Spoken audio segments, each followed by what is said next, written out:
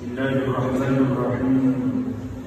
Assalamualaikum warahmatullahi wabarakatuh. Waalaikumsalam. Bismillah walhamdulillah ala kulli ni'matillah, la hawla wa la quwwata illa billah. Amma ba'd. Yang saya hormati dan yang saya muliakan jamaah salat isya dan tarawih di Masjid Kuba yang dimuliakan Allah Subhanahu wa taala. Puji syukur kehadirat Allah, selawat dan salam semoga tercurah kepada Sayyidina Rasulullah sallallahu alaihi wa alihi wasallam. Jamaah yang dimuliakan Allah Subhanahu wa taala, pada kuntum di malam hari ini saya ingin mengupas, belajar memaknai makna dari surah Al-Kautsar. Inna a'tainaka al-kautsar fasholli li rabbika wanhar inna syani'aka huwal abtar. Ayat ini diawali dengan kata inna, lalu setelahnya itu ada kata a'taina berupa inna, di mana terjemahannya dalam terjemahan Al-Quran versi Kementerian Agama, inna a'taina, sesungguhnya kami, kata Allah, a'tainaka, telah memberikan kepada Muhammad al-Kautsar. Kata a'taina itu adalah kalimat fi'il madhi yang artinya lama. Lalu al-Kautsar ada dua pengertian secara umum. Yang pertama, al-Kautsar artinya al-haud. Yang kedua, al-Kautsar itu artinya adalah an-ni'am al-katsirah, nikmat yang banyak. Jadi segala sesuatunya itu telah diberikan oleh Allah kepada kita semua, yang semuanya itu telah kita rasakan dalam makna al-Kautsar, nikmat yang kita ini bersumber dari Allah, lalu kita berada di alam dunia, semua sudah difasilitasi oleh Allah Subhanahu wa taala. Allah memberikan nikmat yang banyak kepada kita, sehingga kita tidak pernah bisa menghitung nikmat yang Allah berikan kepada kita.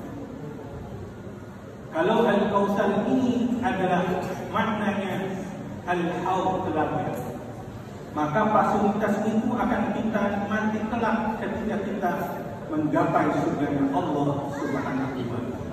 Sudah dipersiapkan oleh Allah al-Kautsar dengan makna telaga. Nanti ketika kita keluar dari alam dunia ini, melewati fase-fase kehidupan selanjutnya, melewati sirat, maka kita akan mendapatkan al-Kautsar dalam makna telaga. Hadirin jamaah yang dimuliakan Allah Subhanahu wa taala, setelah Allah memfasilitasi segala sesuatunya, maka tentu kita diperintahkan oleh Allah bersyukur kepada.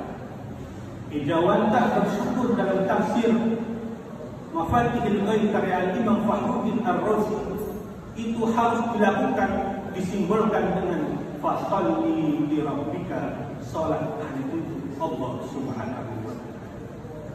Tampaknya banyak orang yang salat, orientasinya bukan untuk Allah Subhanahu wa taala. Tidak hanya salat, itu juga berlaku pada ibadah-ibadah lainnya, seperti halnya puasa, seperti halnya zakat, seperti halnya ibadah haji. Semuanya orientasinya adalah hanya untuk Allah Subhanahu wa taala. Banyak orang yang enggan bersyukur kepada Allah, misalnya berkata bersyukur, tetapi kelakuannya tidak menunjukkan rasa syukur kepada Allah. Hadirin jamaah yang dimuliakan Allah Subhanahu wa taala, maka dari itu segala sesuatu ibadah yang kita lakukan selama kita hidup seharusnya orientasinya hanya untuk Allah Subhanahu wa taala. Ibadah ini tidak hanya berlaku pada ibadah mahdoh, sebagaimana yang termaktub dalam rukun Islam yang 5, akan tetapi pada ibadah-ibadah yang makhluk lain. Kita beramal, bersosial, berkehidupan itu pada dasarnya semata-mata wujud ekspresi rasa syukur kita dengan cara biarkan diri kita beribadah kepada Allah Subhanahu wa Ta'ala. Bekerja di pagi hari, siang hari, kita boleh pulang sore hari, itu semata-mata kita lihatkan ibadah kepada Allah Subhanahu wa Ta'ala. Agar apa yang kita lakukan di alam dunia ini dicatat sebagai amal kebaikan untuk kehidupan kita. Hadirin jamaah yang dimuliakan Allah Subhanahu wa Ta'ala. Ayat selanjutnya wanhar. Terjemahan wanhar ini adalah berkorban. Ada dua perspektif makna dari kata wanhar. Wanhar yang pertama adalah berkorban yang berkaitan dengan Idul Adha.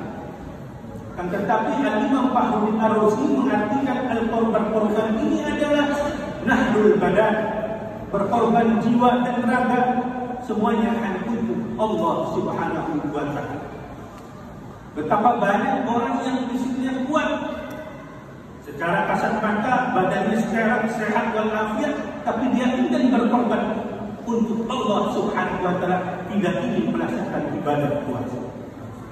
Ada orang yang fisiknya terlihat lemah, tapi dia dengan kekuatan yang kuat niat ibadah kepada Allah, berkorban menjalankan ibadah berpuasa kepada Allah Subhanahu wa Ta'ala. Hadirin jamaah yang dimuliakan Allah Subhanahu wa Ta'ala. Orientasi kehidupan kita itu dipengaruhi oleh hawa nafsu kita. Kata Al-Imam Ghazali Al-Tusi, beliau menjelaskan sesungguhnya dalam jiwa kita, dalam diri kita terdapat 4 karakter, di mana salah satu 3 dari karakter tersebut itu bisa menjauhkan kita kepada Allah Subhanahu wa Ta'ala. Apa itu? Yang pertama adalah karakter binatang. Dalam diri kita itu ada sifat kebinatangan. Kepuasan seekor binatang ketika dia mampu memperoleh makan, minum, seks dan lain sebagainya. Manusia juga sama seperti itu.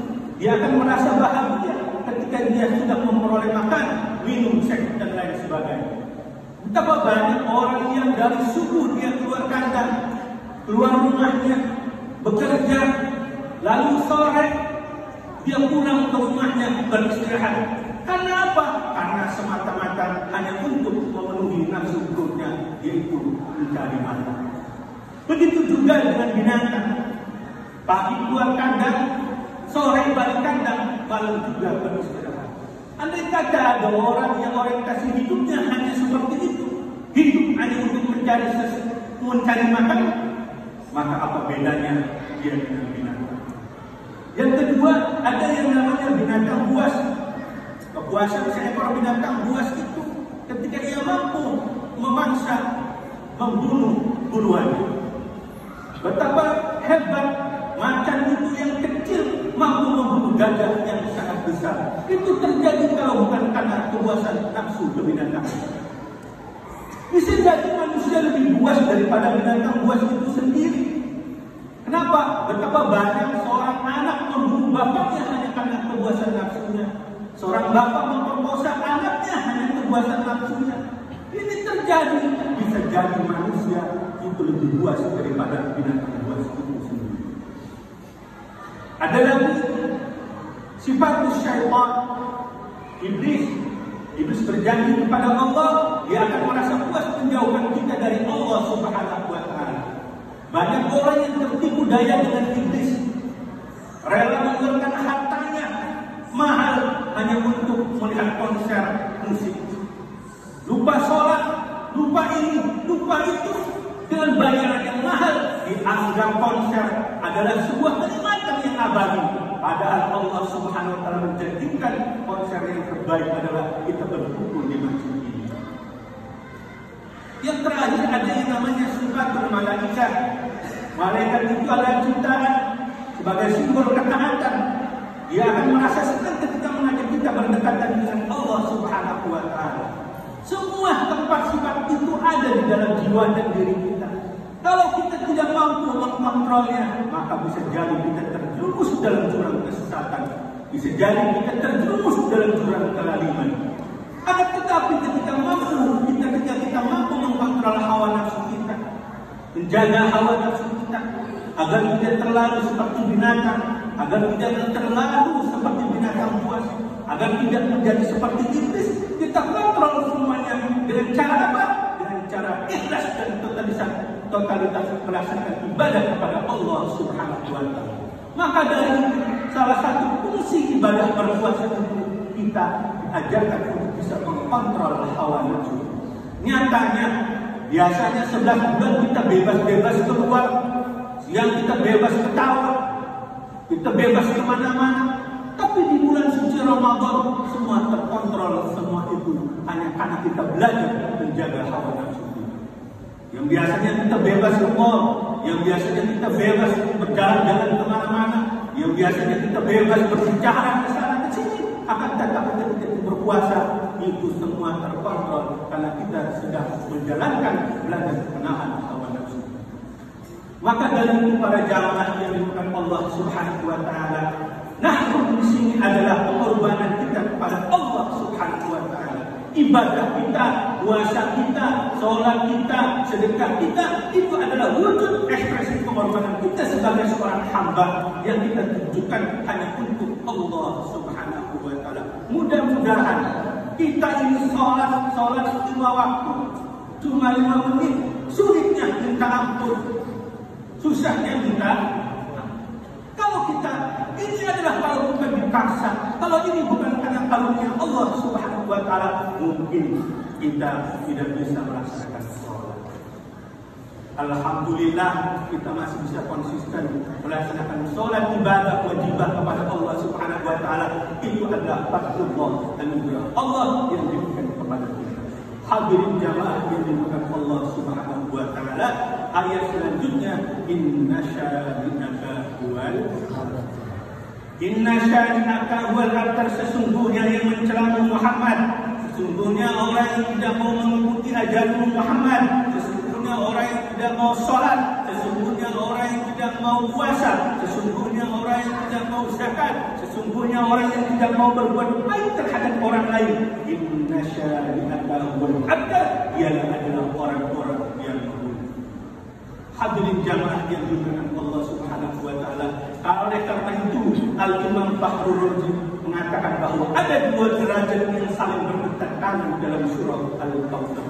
Pertama, derajat Al-Kautsar, yaitu adalah derajat yang diberikan kepada orang-orang yang diridhoi oleh Allah Subhanahu wa Ta'ala. Yang kedua, derajat Al-Abtar, derajat orang-orang yang rugi, mereka yang enggan, yang tidak mau mengikuti ajaran Rasulullah sallallahu alaihi wasallam, tidak mau melaksanakan perintah Allah, malah justru memusuhi perintah Allah. Na'udzubillah tsumma na'udzubillah. Demikian kultur saya pada malam hari ini. Mudah-mudahan kita dapat mengambil banyak makna dari surah Al-Kautsar. Pertama, kita berharap mudah-mudahan Allah meridhoi kita selaku hamba-Nya. Yang kedua, kita berharap mudah-mudahan telah kita bisa mendapatkan karunia, yaitu Al-Kautsar dan makna telaga. Ketika kita telah melewati sirat menuju surga Allah Subhanahu wa Ta'ala, Allah anugerahi kita Al-Kautsar. Barakallahu li wa lakum wa nafa'ani wa iyyakum bil ayati wal dhikril hakim wa taqabbala minni wa minkum tilawatahu innahu as-sami'ul 'alim. Wallahu muwaffiq ila thariq. Assalamualaikum warahmatullahi wabarakatuh.